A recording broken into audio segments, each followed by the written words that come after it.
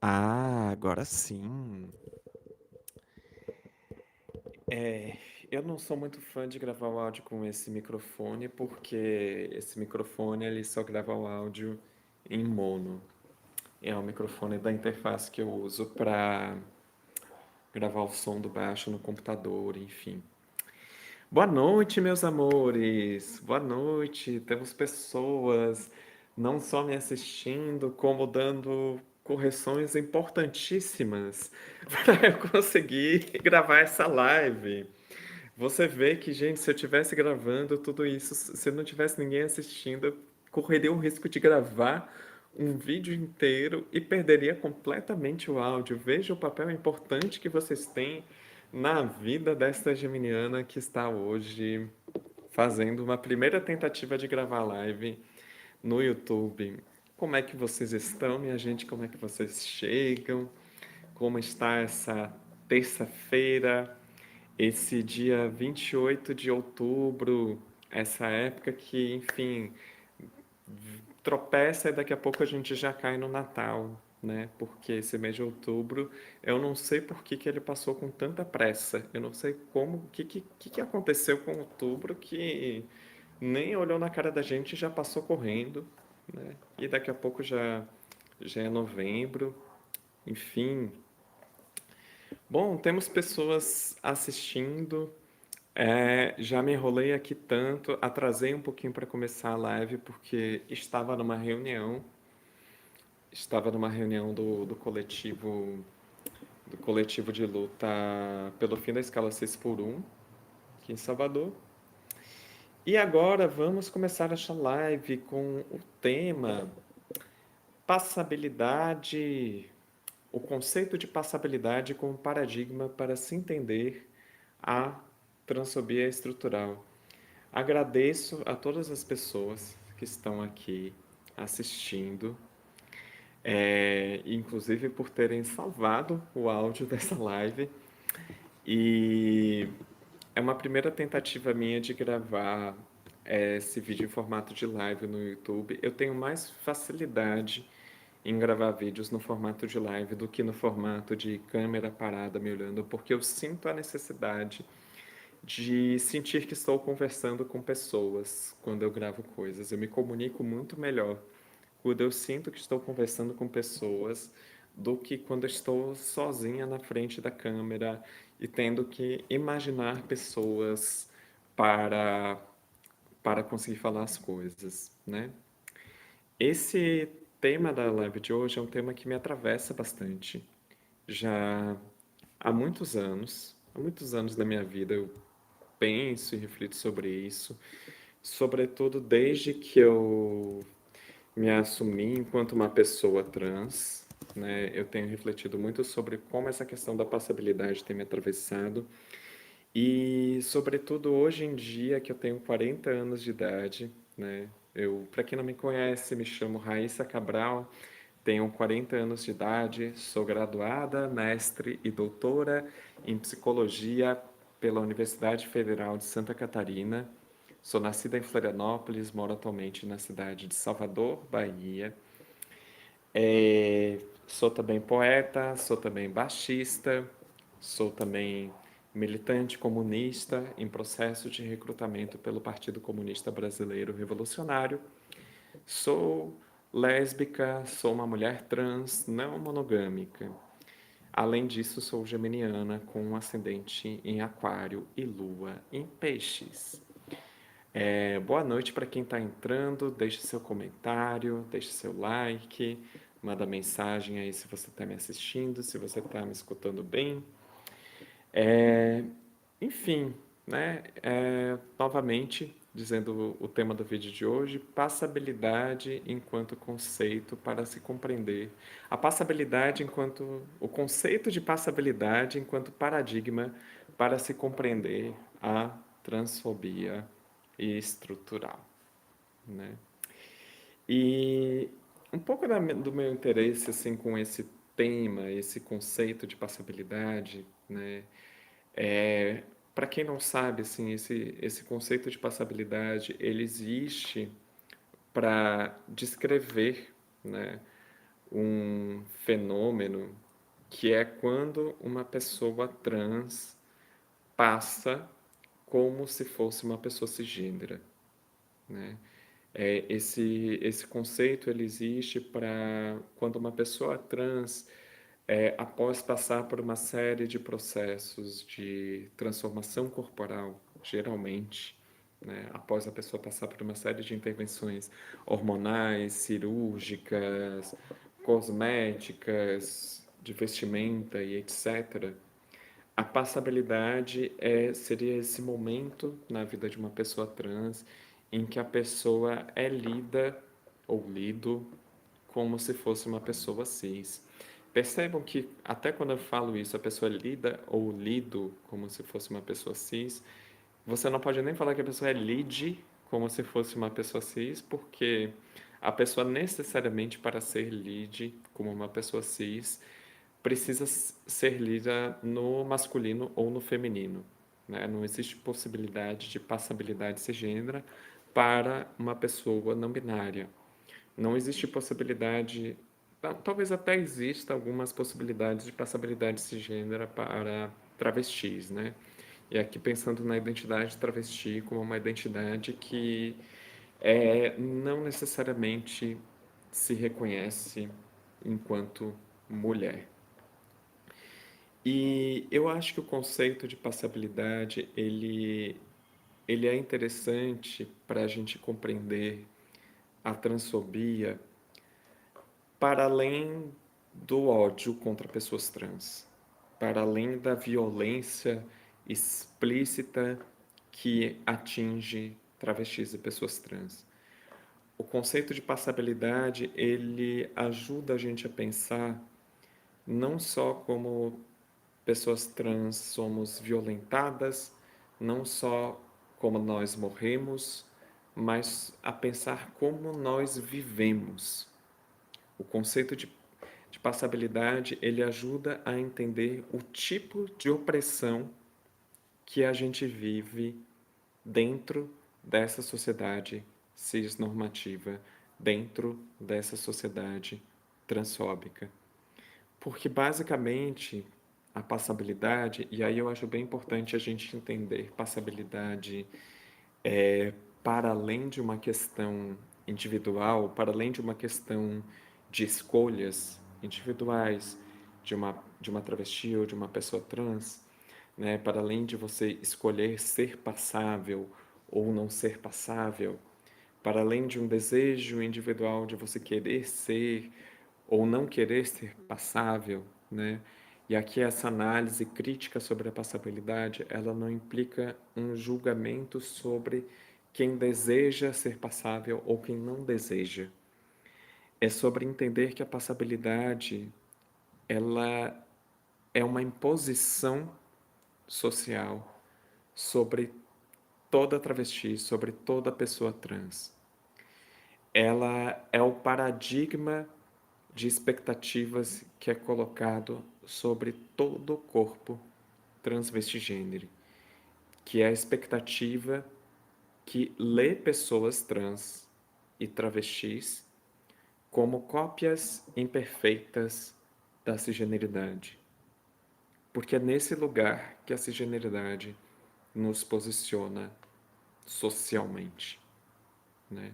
E esse lugar social que a gente ocupa enquanto cópias imperfeitas da cisgeneridade, ele tem uma função social, ele tem uma função simbólica na sociedade que a gente vive, ele tem uma função simbólica na estruturação das hierarquias de gênero da sociedade que a gente vive, e ele ajuda a compreender a posição que travestis e pessoas trans ocupamos dentro de cadeias produtivas do capitalismo.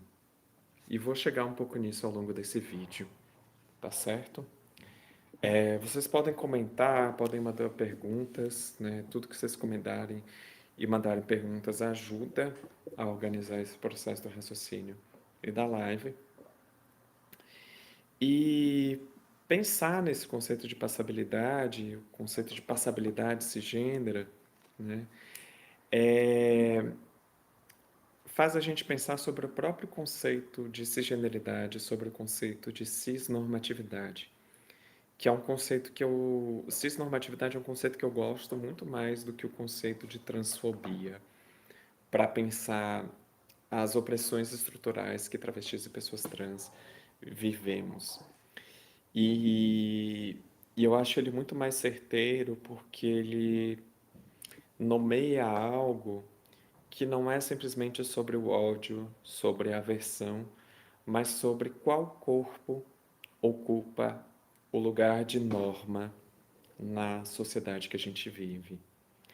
Até poucos anos atrás, né, até cerca de uns 10, 15 anos atrás, 20 anos atrás talvez, quando o conceito de cisgeneridade não existia, a única forma que você tinha de nomear pessoas que não são travestis ou pessoas trans era você dizer que existe a mulher trans, existe a mulher biológica, existem as biomulheres, existem trans mulheres, existem biomulheres, existem mulheres trans e existem mulheres de verdade, existem mulheres trans e mulheres que nasceram mulheres, né? Percebam que nessa linguagem, né, que o conceito de cisgeneridade surge para suplantar, você estabelece uma hierarquia entre o natural e o artificial, entre o original e a cópia, entre aquilo que é lido da ordem do que é biológico, da ordem do que é orgânico, e aquilo que é lido da ordem do performático, do tecnológico, daquilo que de alguma forma é marcado como menos humano, menos natural, portanto menos humano, portanto mais descartável. E tem sido uma luta nos últimos anos a afirmação do conceito de cisgeneridade, justamente para você deslocar estes corpos que eram lidos como naturais enquanto norma, enquanto biológicos, enquanto corpos que manifestam uma verdade supostamente espontânea do gênero, você tirar esses corpos, né, desse lugar de superioridade ontológica, em relação aos corpos de travestis e pessoas trans, para você pensar esses corpos numa perspectiva de diversidade ontológica, né? Você pensar que os corpos de mulheres cisgêneras, de homens cisgêneros, né? Eles não são corpos, não são masculinidades ou feminilidades mais naturais ou mais biológicas do que o de travestis e pessoas trans. Eles são apenas outras versões de masculinidade e feminilidade que existem, né? É você tirar esses corpos da posição de original, frente aos quais nossos corpos seriam cópias. E, bom, embora exista esse movimento de tirar esses corpos da posição da originalidade, da posição da natureza, eles continuam politicamente, a partir de todo um processo histórico de como as nossas tecnologias de gênero foram organizadas, eles continuam ocupando esse lugar, né? Ou continuam sendo uma posição de poder. Porque a própria perspectiva dentro da qual a identidade trans tem sido pensada ao longo da história é essa perspectiva de que mulheres trans são corpos que nasceram homens e tentam ser mulheres. Que homens trans são corpos que nasceram mulheres e tentam ser homens, né? Corpos que se fantasiam de mulher, corpos que se fantasiam de homens, ou corpos que apenas performam uma androginia. A nossa identidade é sempre lida sob o paradigma da imitação. E enquanto tal, nesse paradigma da imitação, são corpos lidos sob o paradigma da falsidade. Corpos que lidam sob o paradigma da falsidade seríamos então desprovidas de substância, desprovida de realidade e, portanto, nossos afetos, nossos desejos, nossos sonhos, nossa carne, nossa vida se torna mais descartável, mais passível de ser marginalizada, de ser invisibilizada, apagada e, consequentemente, morta na sociedade que a gente vive. E quando a gente fala, né, dessa noção de passabilidade cisgênera, é uma pressão social que ela é colocada como expectativa para toda travesti, toda pessoa trans no mundo que a gente vive, porque o próprio conceito de transgeneridade, o próprio conceito de transgeneridade, que na verdade se origina do termo transexualidade, é pensado como um corpo que transiciona de um gênero para outro, né? Que parte de um gênero e transita para outro.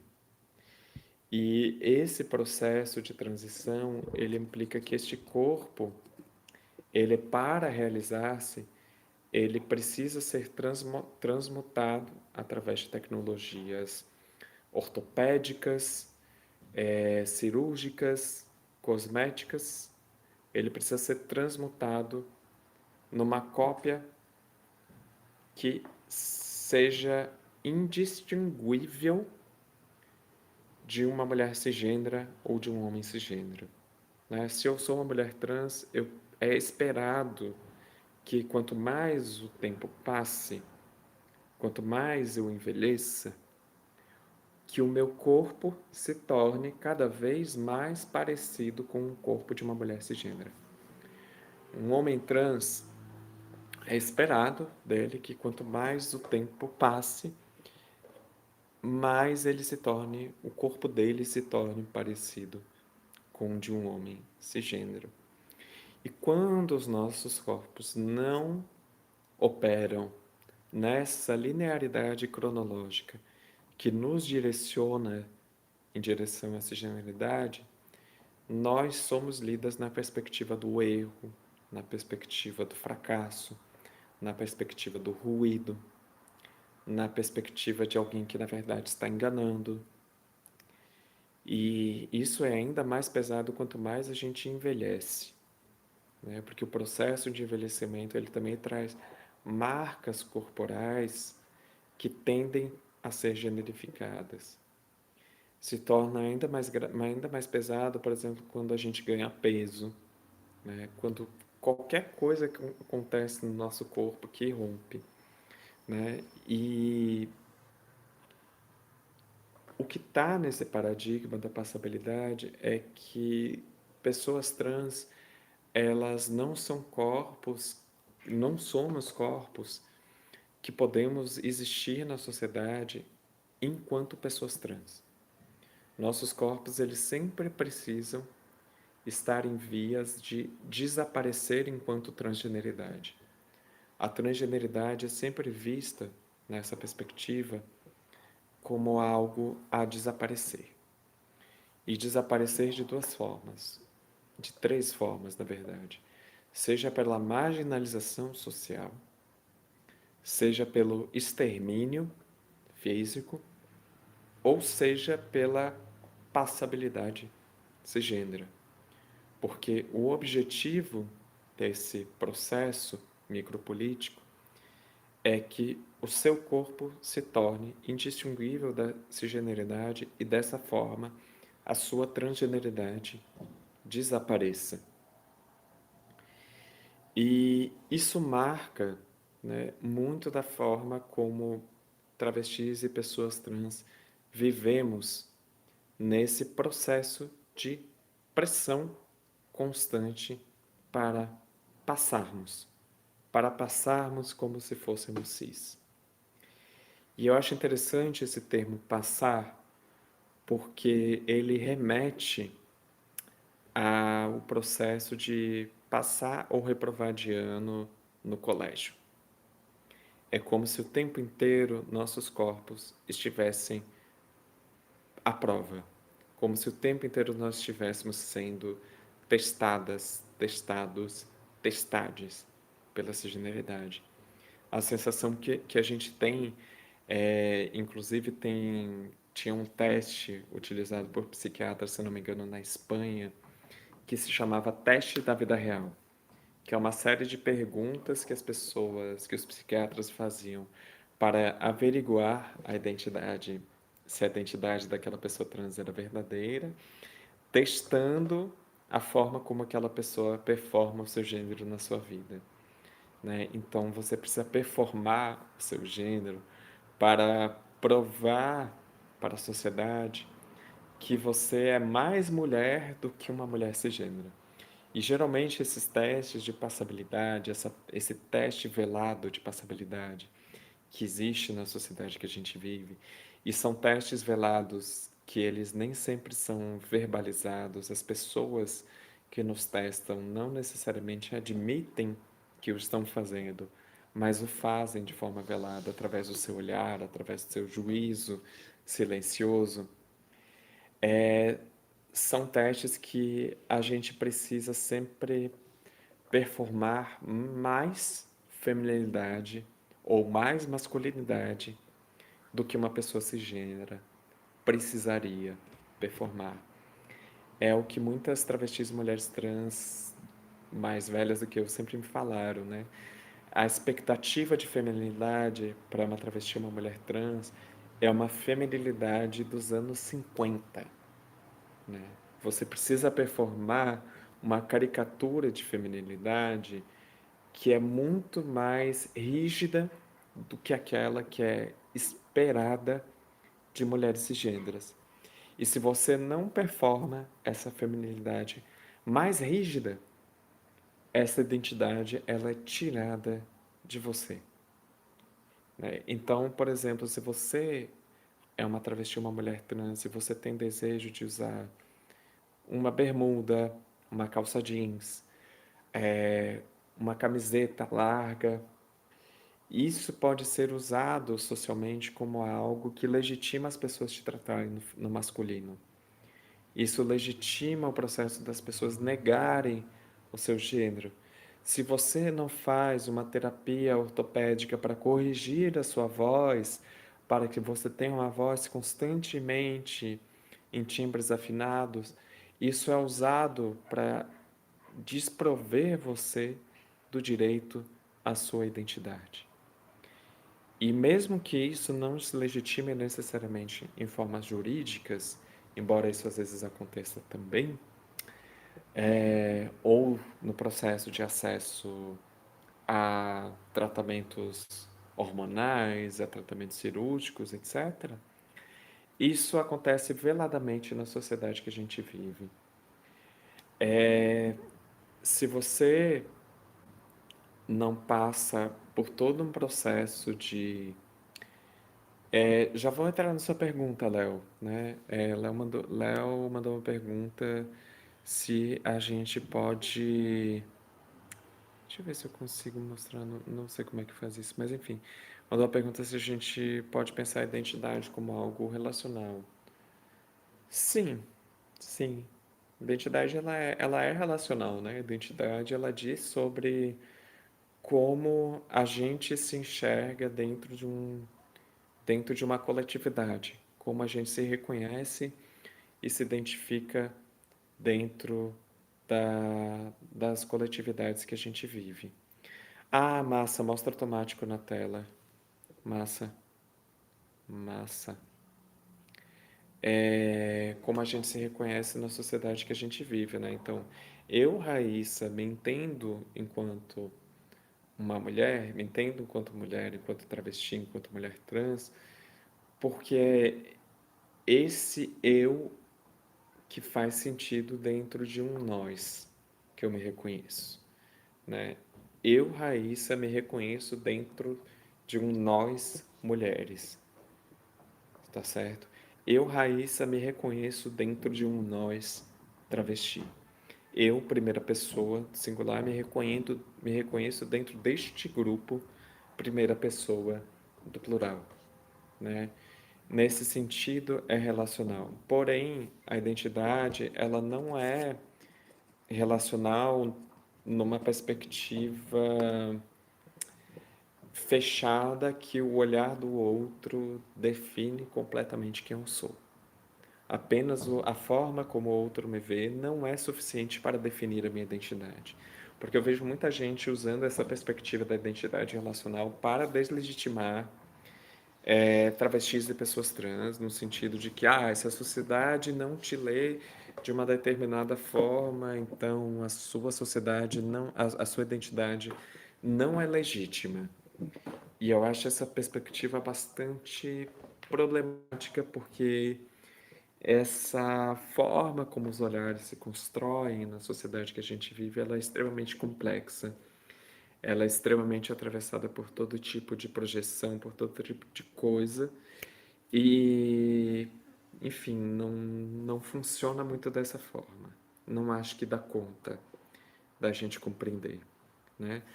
Até porque, né, e eu acho que tem um outro ponto, né, e voltando um pouco para essa questão da pressão social pela passabilidade.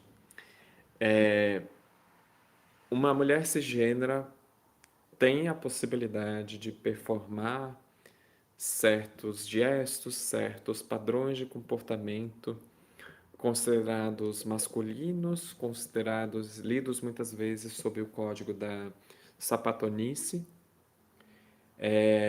assim como homens cisgêneros podem performar códigos de gestos, performance lidos como feminino, lido sob o código da viadagem, sem que isso seja necessariamente usado para lhes roubar da sua identidade, né? Então, eu, Raíssa, sou uma mulher trans lésbica, né? Para além da minha orientação sexual, isso também diz sobre o tipo de performance de feminilidade que eu me reconheço e com o qual eu me identifico. Eu não me identifico com a feminilidade heterossexual, tipicamente heterossexual, lida como heterossexual. Boa parte das referências de feminilidade que me são espelho são referências de feminilidade não hétero, referências de feminilidade sáficas, lésbicas, que performam, né, códigos diferentes de mulheridade, e nem necessariamente feminilidade, mas mulheridade, né, por conta de que o seu contexto, a sua rede, a sua teia de relações é diferente da teia de relações de uma mulher que estrutura o seu corpo, o seu gesto, a sua existência em torno ao desejo masculino, né? É compreensível que entre nós mulheres lésbicas, sáficas, sapatonas, bissexuais, os códigos de feminilidade que a gente vai criando sejam outros, né? Até porque é uma identidade em que o desejo se estrutura junto com pessoas que você também se identifica, desde uma perspectiva de gênero. Só que eu, Raíssa, mulher trans, performando códigos que, se fossem uma mulher cisgênera, seriam lidos como códigos sapatão, típico de sapatão, esses códigos são usados como forma de negar a minha identidade de mulher. Porque enquanto mulher trans, o esperado que eu performe enquanto feminilidade é uma feminilidade tipicamente heterossexual, né? E, e é isso, né? Essa pressão, né? E aí, de novo, eu queria trazer essa coisa assim. Independente das minhas escolhas sobre querer ou não querer performar determinados códigos, essa pressão social existe. Essa pressão social me atravessa, né? E ela afeta a minha vida, ela afeta a minha saúde mental, ela afeta o meu senso de segurança, né? Então, assim, tem determinados contextos né? Que, poxa, se eu vou sair para um determinado evento, que eu sei que eu vou ter que usar o banheiro público daquele espaço, eu sei que eu não posso usar determinadas roupas para usar o banheiro público daquele espaço. Porque eu, Raíssa, se uso determinadas roupas, não sou minimamente passável para poder usar o banheiro feminino, né? Ao mesmo tempo que eu tenho um corpo que é harmonizado, né? Eu tenho um corpo com seios, né? Que nem sempre dá para ver nesse contexto da câmera dos vídeos, né? Então, menos segura ainda estou para usar o banheiro masculino, né? E sendo que é algo por si só muito violento, né? Com relação ao meu corpo. Então, você precisa calcular o tempo todo a roupa que você usa. Você precisa economizar uma grana para você comprar uma maquiagem que às vezes você nem gosta de usar aquela maquiagem, mas você precisa usar aquela maquiagem porque aquela maquiagem é a forma de você se sentir um pouco mais protegida, um pouco mais segura. Sempre contava essa história, né, que principalmente uns anos atrás, quando eu ainda estava começando o meu processo de hormonização e não tinha certos signos no meu corpo, era muito comum eu passar maquiagem antes de ir ao banheiro. Não passar maquiagem no banheiro, como a maior parte das mulheres cis fazem, porque você tem um espelho grande que você pode usar para passar maquiagem. Tá? Eu aprendi a passar batom sem usar espelho, inclusive, e porque muitas vezes eu precisava passar maquiagem para poder usar o banheiro. E por que que eu preciso passar maquiagem para poder usar o banheiro? Porque dependendo de como está a minha cara, isso afeta a forma como uma outra mulher cisgênera pode ler o meu corpo e afeta se ela vai decidir, por exemplo, chamar o segurança, como já aconteceu comigo no começo da minha transição, chamar o segurança para me tirar daquele espaço, para ser violento comigo naquele espaço, né? Então, é isso. A passabilidade, ela perpassa múltiplas formas de LGBTfobia? Perpassa. Só que é importante dizer que pessoas cisgêneras, elas têm maior maleabilidade para performar diferentes códigos de gênero, porque a sua identidade de gênero não está constantemente à prova, não está constantemente sendo testada. A nossa está. A identidade de gênero de travestis e pessoas trans está o tempo todo à prova, está o tempo todo sendo testada. E o tempo todo, toda falha é usada para tirar nossa identidade inteira de nós. E isso cria uma condição de vida, né, que a gente o tempo todo tem que estar gerenciando isso. O tempo todo a gente precisa estar comprando coisas, consumindo coisas, por vezes criando dívida para pagar processos cirúrgicos, porque muitos desses processos eles não são garantidos pelo SUS ou pelo seguro de saúde. Então você precisa muitas vezes contrair dívidas. O que você mais vai ver, né, são travestis e mulheres trans pegando dívidas, né, tendo que parcelar em sei lá quantas mil vezes o pagamento de um procedimento cirúrgico, e às vezes ela vai passar a vida inteira trabalhando para pagar aquele procedimento cirúrgico.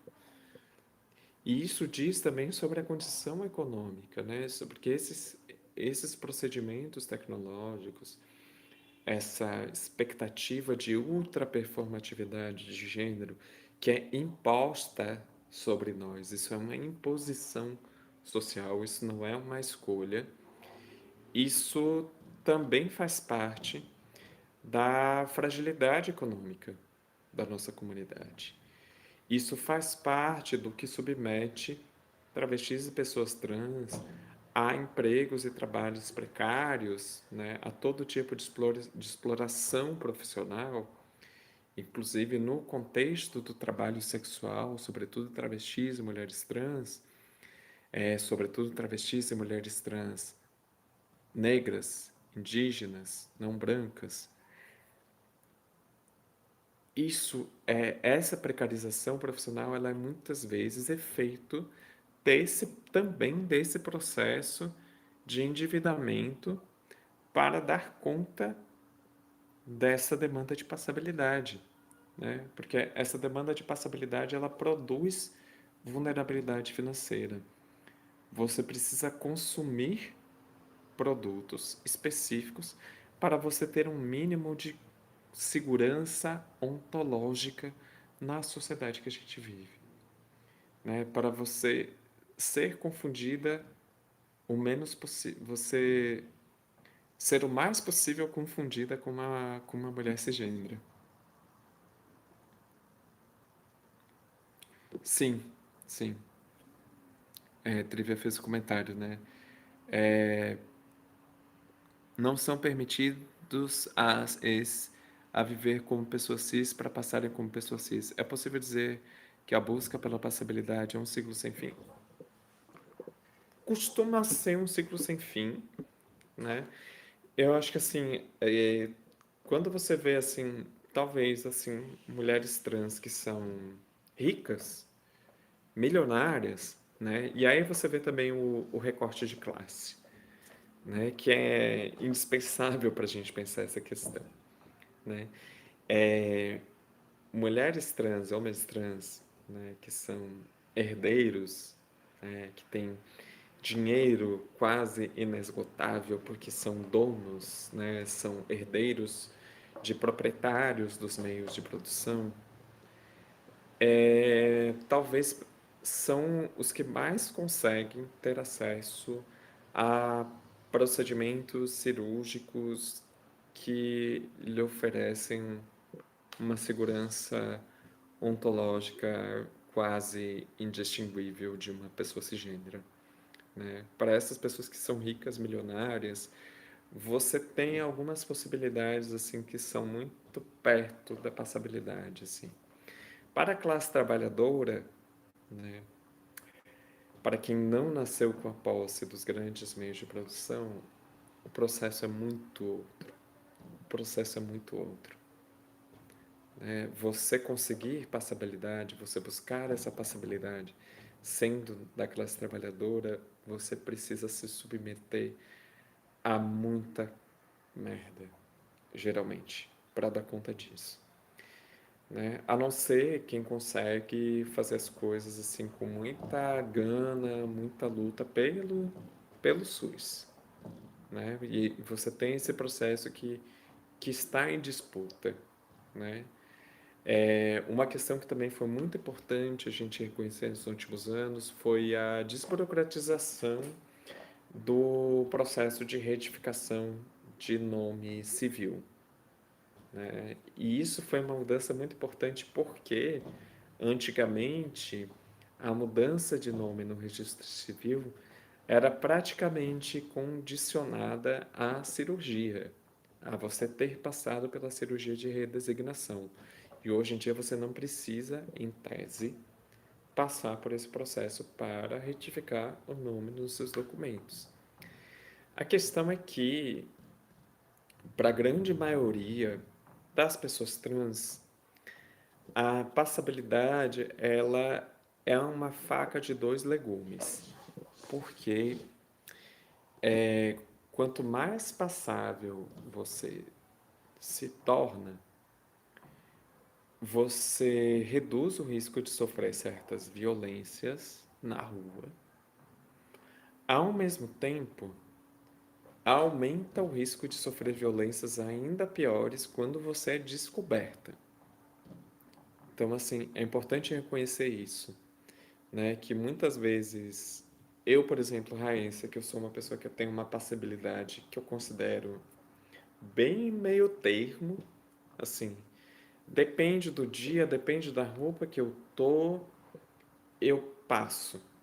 como uma mulher cisgênera se eu não abrir a boca para falar. Se eu não abro a boca para falar.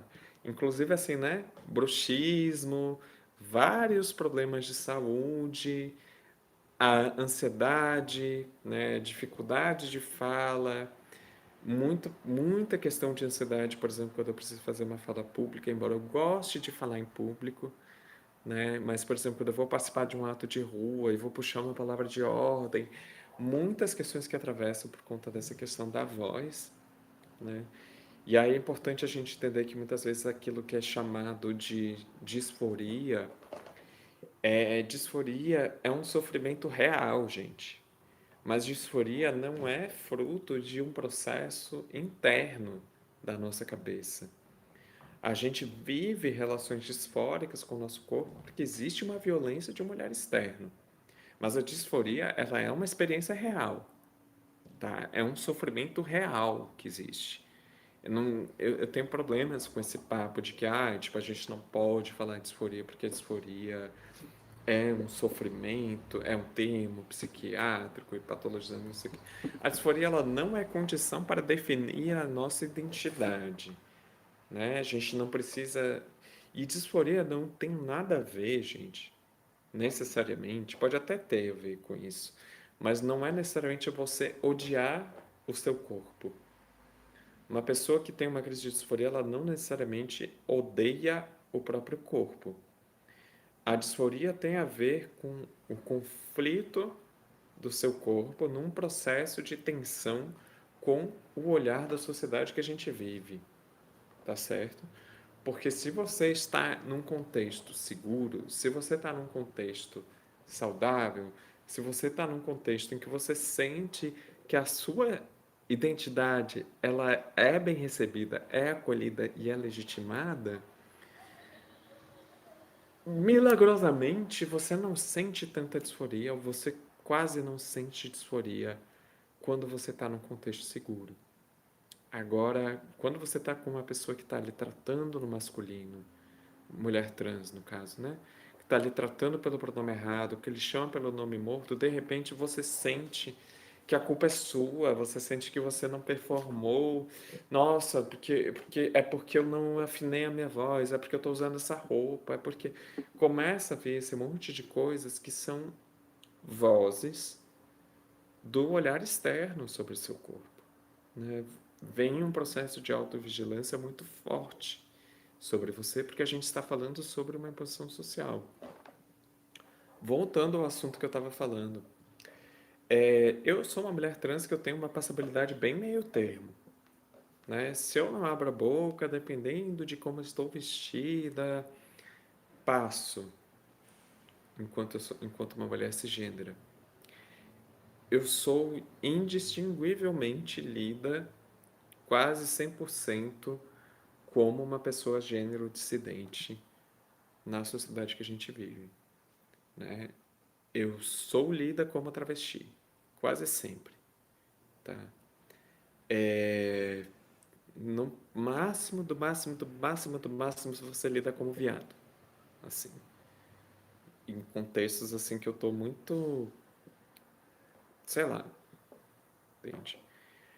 Mas, assim, nessa passabilidade meio termo, eu estou exposta a certo nível de violência mais direta, porém eu estou menos exposta ao choque da descoberta, né? Ao choque de uma pessoa passar um tempão convivendo comigo e só depois descobrir que eu sou uma mulher trans e de repente ter um choque que pode ser extremamente violento.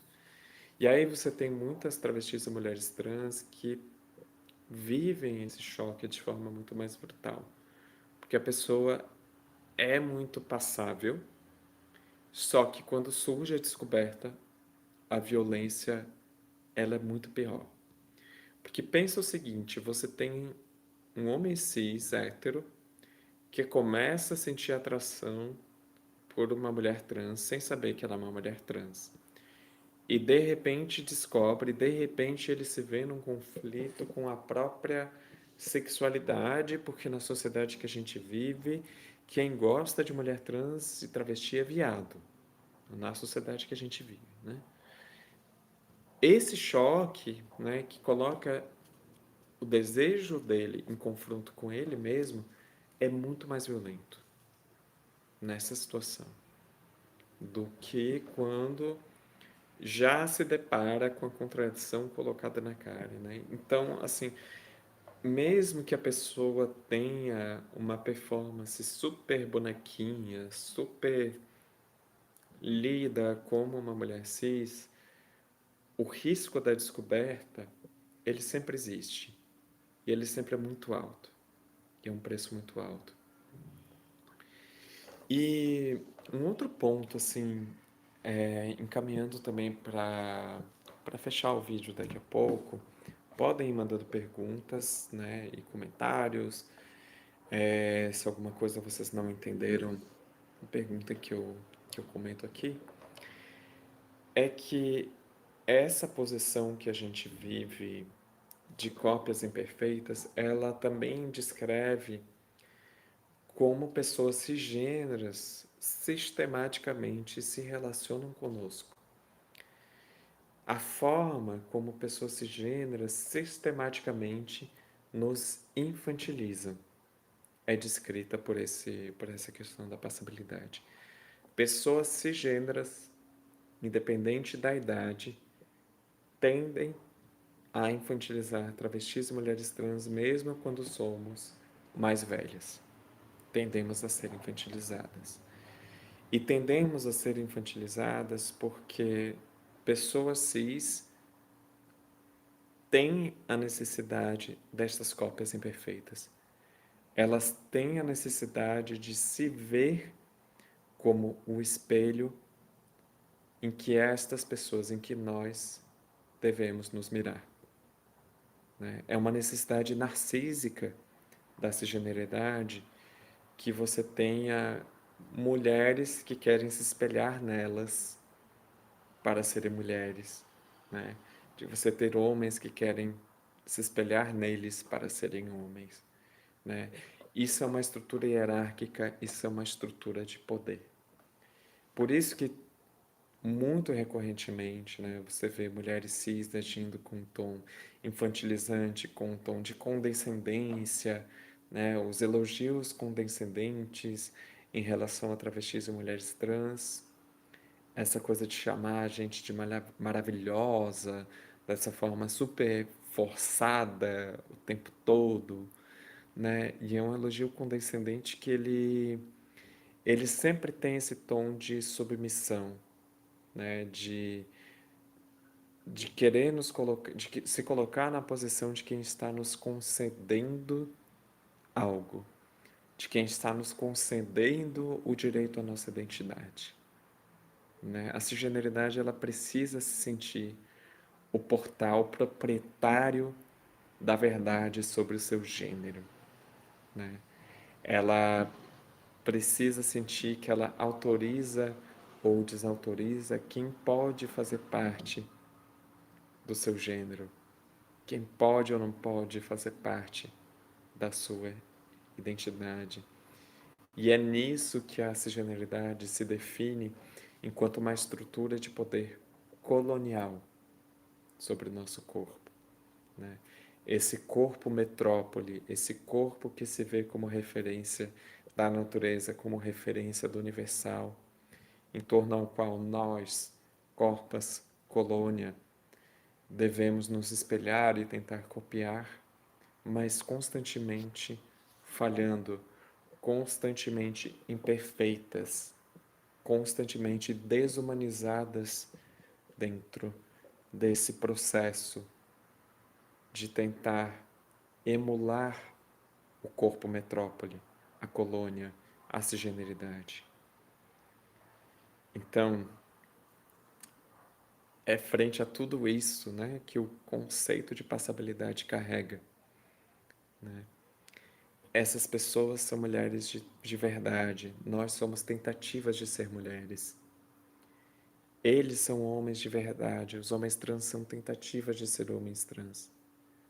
Pessoas não binárias são sistematicamente satirizadas e tomadas como pessoas que não existem porque elas são pessoas, eles, são pessoas que não prestam contas para este lugar da verdade cisgênera. São corpos que eles não têm um contraponto de espelho, a não ser eles próprios, né? Eles próprios, as próprias pessoas não binárias são o seu próprio espelho, são a sua própria referência, né? Por isso que as travestilidades, embora tenham uma certa prerrogativa de hiperfeminilidade, uma série de padrões, fraturam esse processo discursivo, porque as travestilidades não prestam contas a uma verdadeira mulheridade que se pareça necessariamente cisgênera, né? E por isso que são corpos que sofrem as violências transfóbicas mais explícitas. E essa prive com como a gente adoece nesse processo, com as ansiedades que a gente passa, com as minúcias das relações cotidianas, onde a gente vai sendo infantilizada, onde a gente sente que a nossa identidade é tratada como um artifício, onde a gente é tratada como um personagem, né? Porque se a gente está tentando parecer algo, significa que a gente não é algo em nossa própria essência, em nossa própria substância, né? Então, muito recorrentemente, pessoas cis nos leem apenas enquanto pessoas trans, enquanto mulheres trans, né? A nossa identidade de gênero parece que toma conta de tudo que a gente é. A gente não é nada além disso. A gente não é um gosto, a gente não tem gosto musical, a gente não tem estilo estético, a gente não tem profissão, a gente não tem perspectiva teórica, a gente não tem perspectiva ideológica, a gente não tem idade, a gente não tem time de futebol, a gente não tem banda favorita, a gente não tem nada assim. A gente não tem orientação sexual, se duvidar, dentro dessa lógica. Porque é isso, tudo que a gente existe gira em torno de parecer ser mulher, parecer ser homem, né? Parece que é uma ideia de que a nossa existência gira em torno a copiá-los, né? E, portanto, não existe um universo interno nosso que seja digno de curiosidade, que seja digno de interesse, né? A cisgeneridade não consegue se relacionar conosco a partir da nossa própria interioridade, a partir da nossa imanência enquanto existência no mundo. A gente tem que sempre se transcender, sempre tentar ser algo que a gente não é, o tempo todo. E isso é a perspectiva da passabilidade, a pressão da passabilidade, que, de novo, não é uma escolha individual, é um paradigma hegemônico colocado sobre como travestis e pessoas trans precisam, entre muitas aspas, viver. E quebrar com isso é muito difícil. É muito difícil porque quebrar com isso não passa só por nós.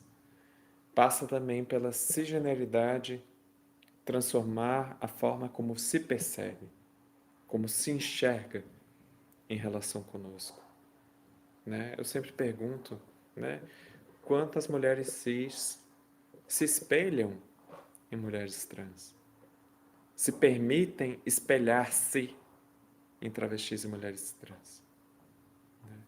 Mulheres cis muitas vezes morrem de medo de serem confundidas com uma travesti ou com uma mulher trans.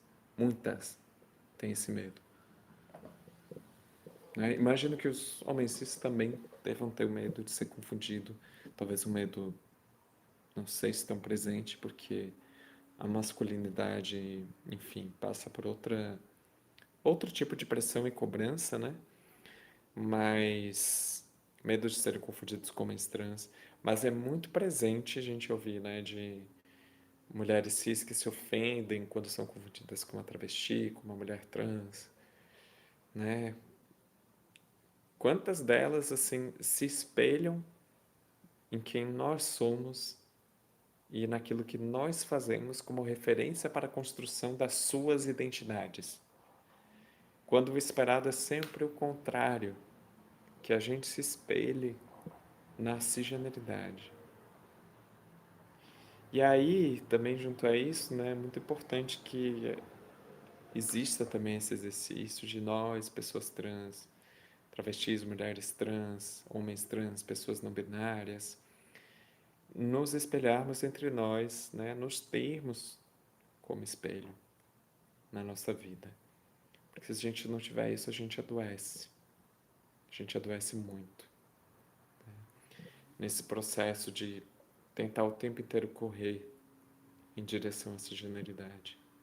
É uma luta constante, é uma luta difícil, é uma luta decolonial e que passa consequentemente com todo um enfrentamento em relação ao sistema capitalista.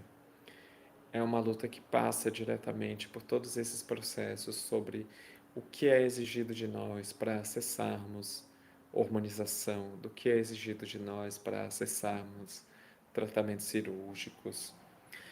Passa também para a gente compreender o quanto a gente de fato quer e precisa passar por tratamentos de hormonização e tratamentos cirúrgicos, porque nenhum corpo deveria ser obrigado a qualquer tipo de hormonização ou cirurgia contra a sua vontade apenas por uma pressão social, né?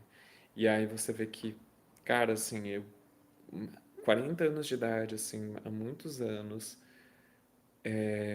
hoje, há muitos anos eu me entendo enquanto uma pessoa trans, há muito tempo sendo crítica a esses processos.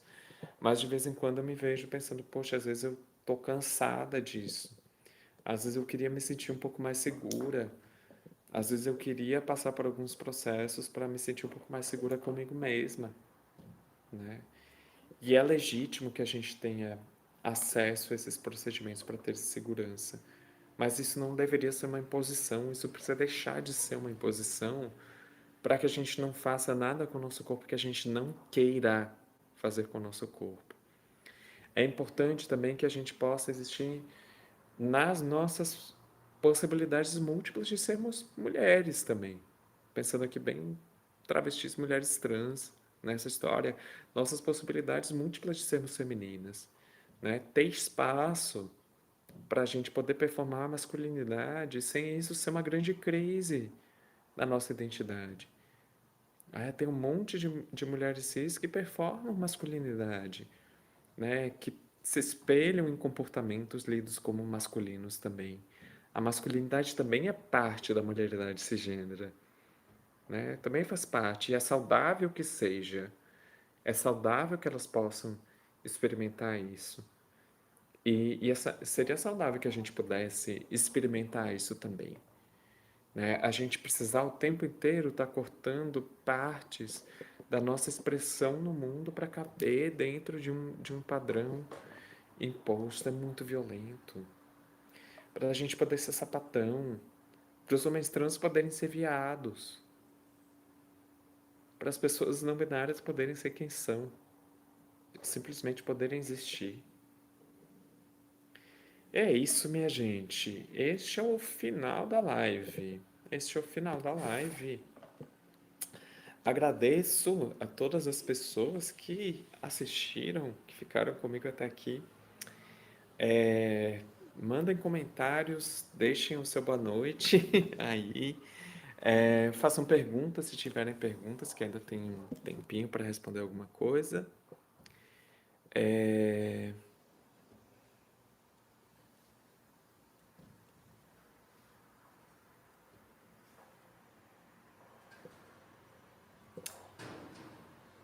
Mandem aí no chat coisinhas, gente, comentários, digam coisas. E dá um tempinho aqui para o fechamento.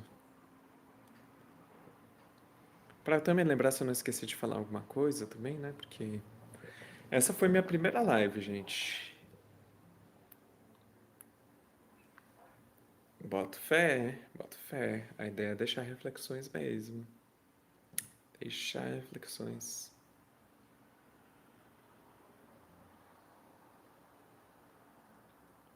Uma coisa que eu fico pensando, assim, é o quanto também, assim, muita gente que me conhece há alguns anos, né? Eu sempre fico com a sensação de que as pessoas se frustram, algumas pessoas se frustram ou me olham com um certo tom de falsidade por ver que eu não estou progredindo numa feminilização linear do meu corpo, né? E é muito doido, assim, porque em 2018 eu era muito mais passável do que eu sou hoje. Eu era mais passável porque eu era mais magra, eu era mais passável porque eu tinha cabelo mais comprido, por várias coisas, assim. O estilo de roupa que eu gostava de usar na época também.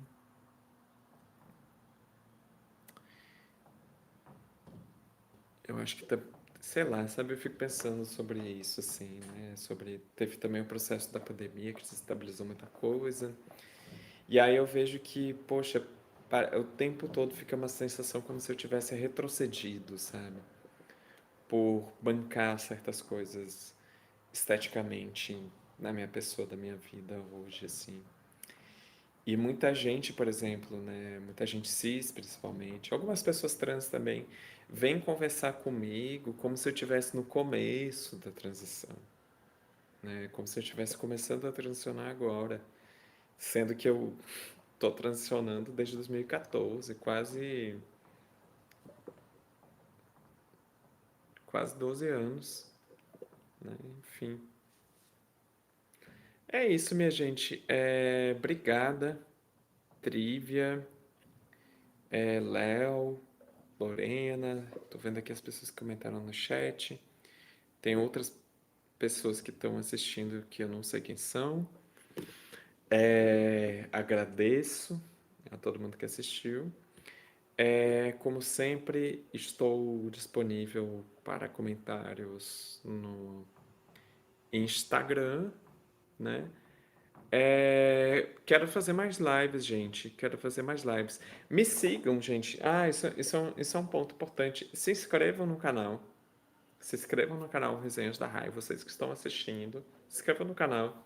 Me sigam no YouTube, porque isso facilita para a notificação aparecer para vocês nas próximas.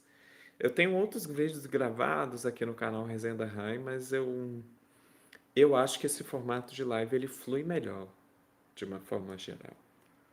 Ele flui muito melhor. Eu me sinto muito mais confortável falando aqui do que em vídeo gravando sozinho para a câmera.